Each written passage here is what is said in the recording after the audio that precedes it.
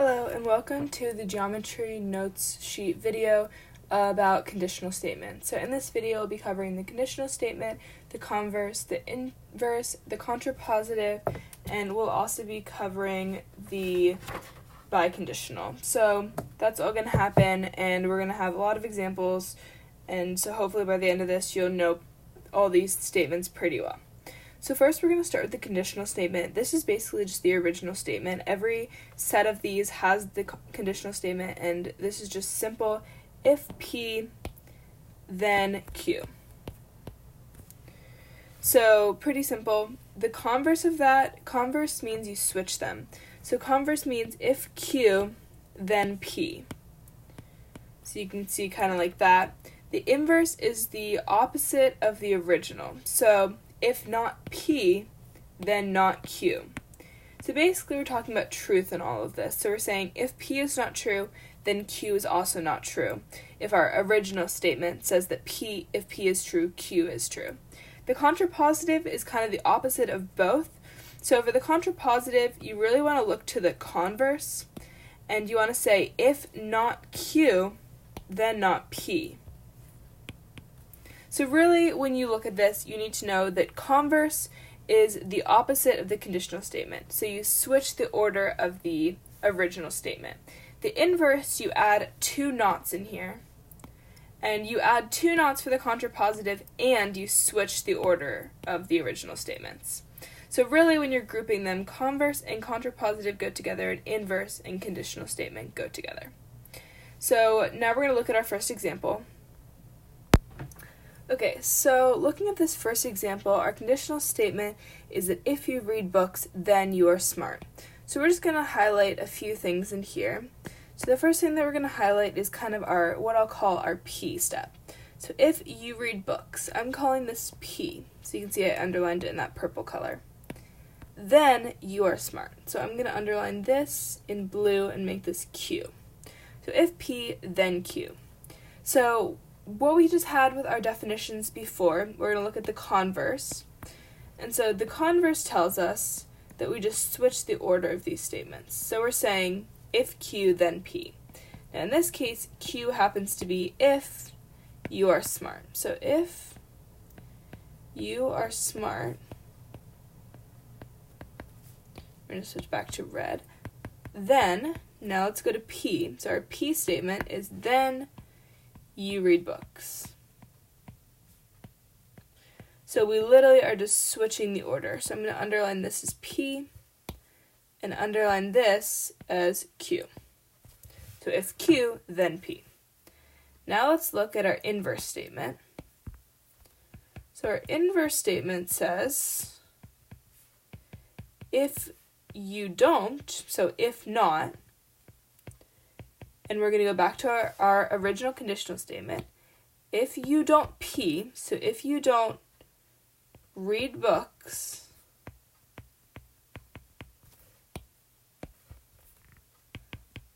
then, and we're going to go back to Q now, you are not, remember how we have this not in here now because it's the inverse. So we have the you don't and we have the not, then you are not smart. Okay, now let's go over to the contrapositive. So we're switching everything about the original statement. So if, and now we're going to say if not Q, so if you are not, remember to have that not in there, smart, then, and we are going to say you don't, we need that don't there, read books. Now if you look at the order of our colors for P and Q, you can see that our first two colors, we can see are in the first statement and the third statement. The first color is purple. And the second and the fourth statement, the first color is blue. So you can see how those two kind of go together. Now we're going to move on to another example. So let's take a look at this conditional statement.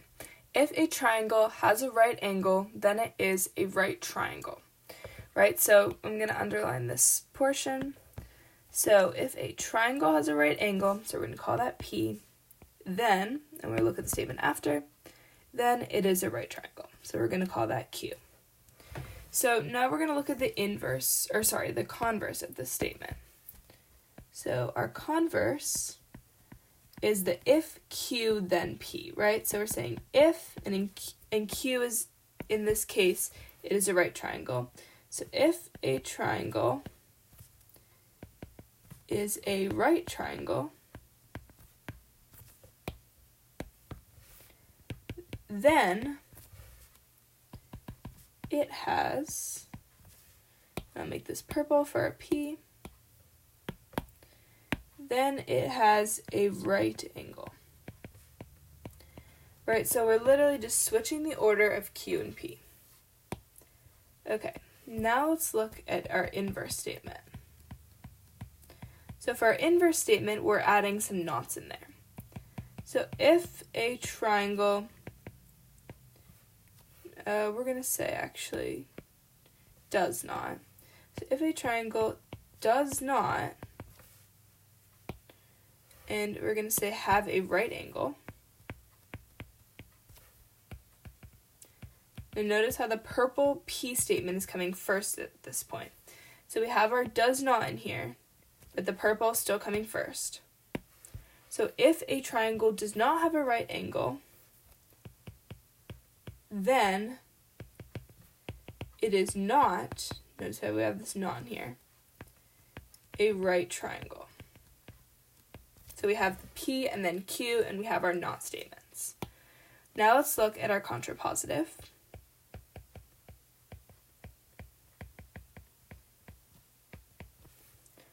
So if a triangle, and we're going to start with blue this time, and we're going to add the not.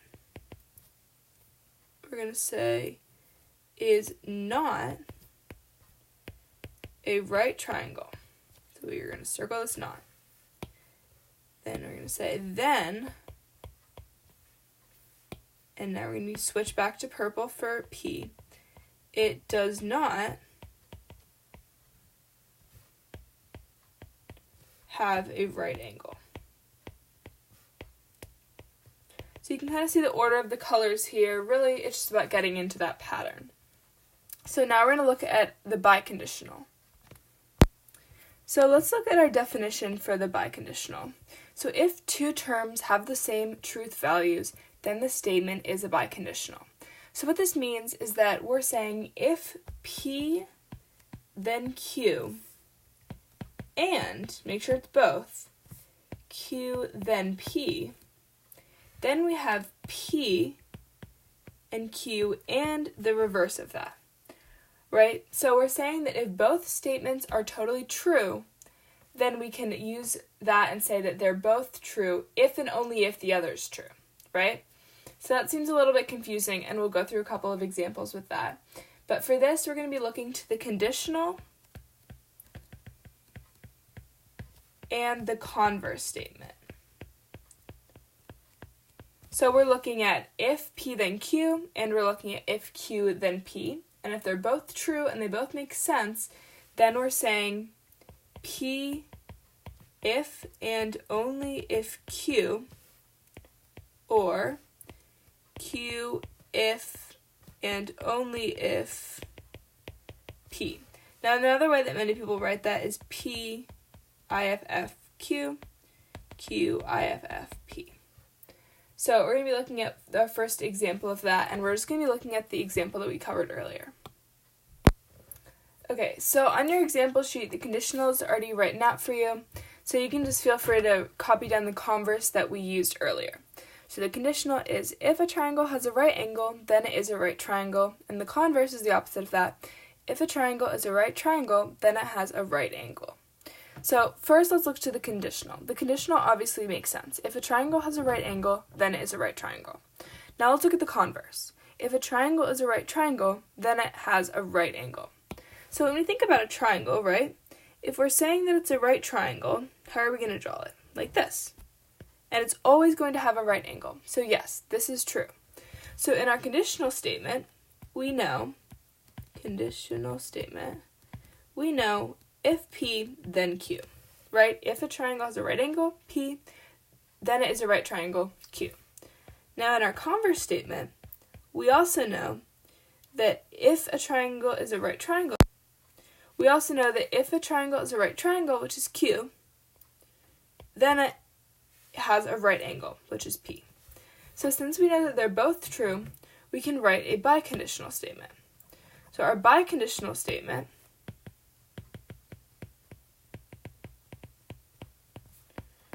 is going to say a triangle has a right angle if and only if it is a right triangle. Now, we can also write a biconditional statement that says a triangle is a right triangle if and only if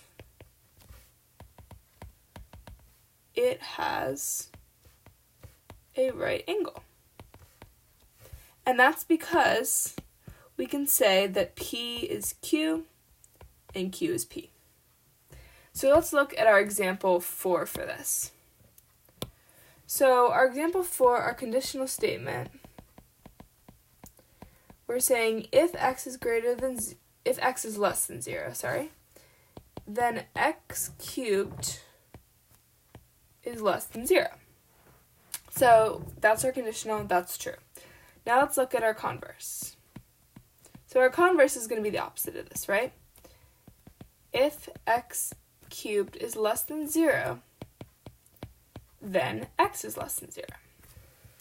Okay, so now let's write the inverse of this.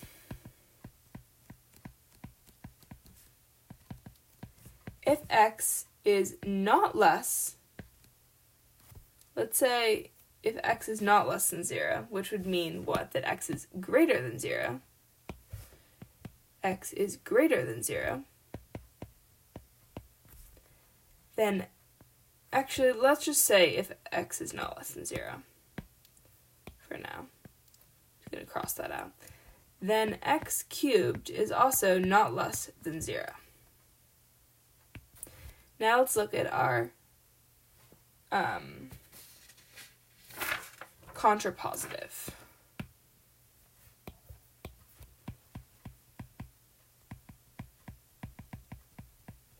And this is going to say if x cubed is not less than 0, then x is not less than 0, right?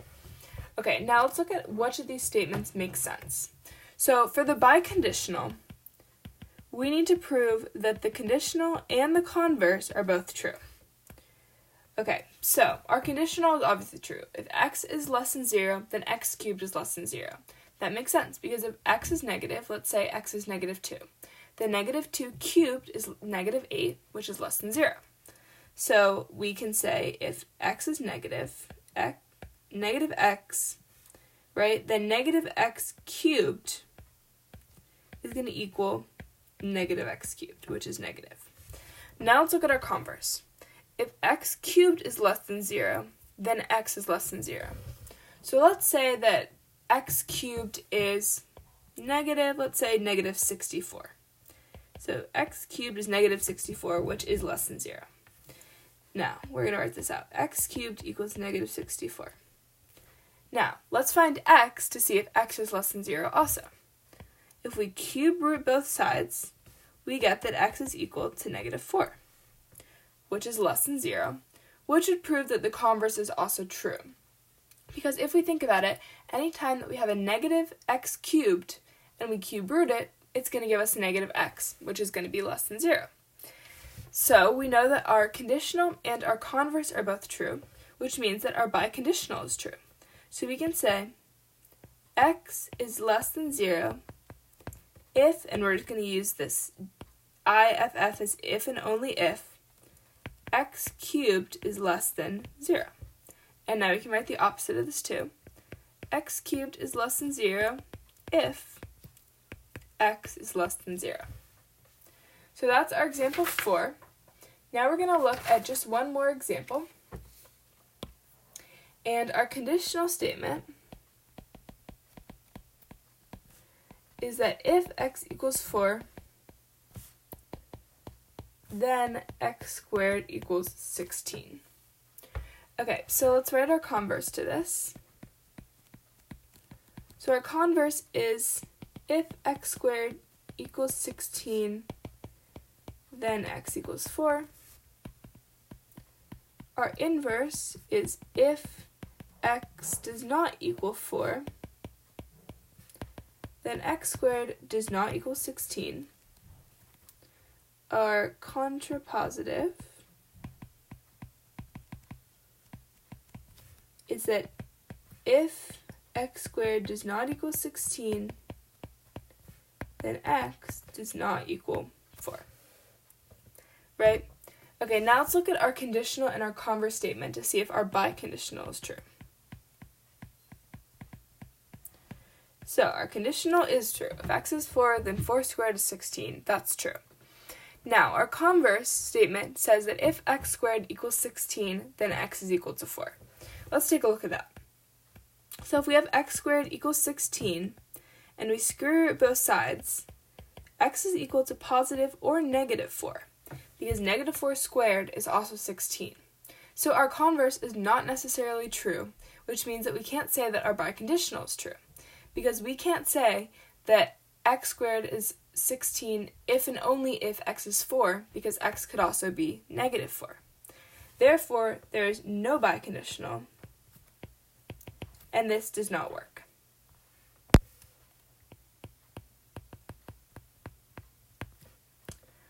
Okay, I hope you learned a lot from this video. We covered conditional, converse, inverse, contrapositive, and biconditionals, and we had a lot of examples, so hopefully you got a lot out of that, and hopefully you learned something. Thanks.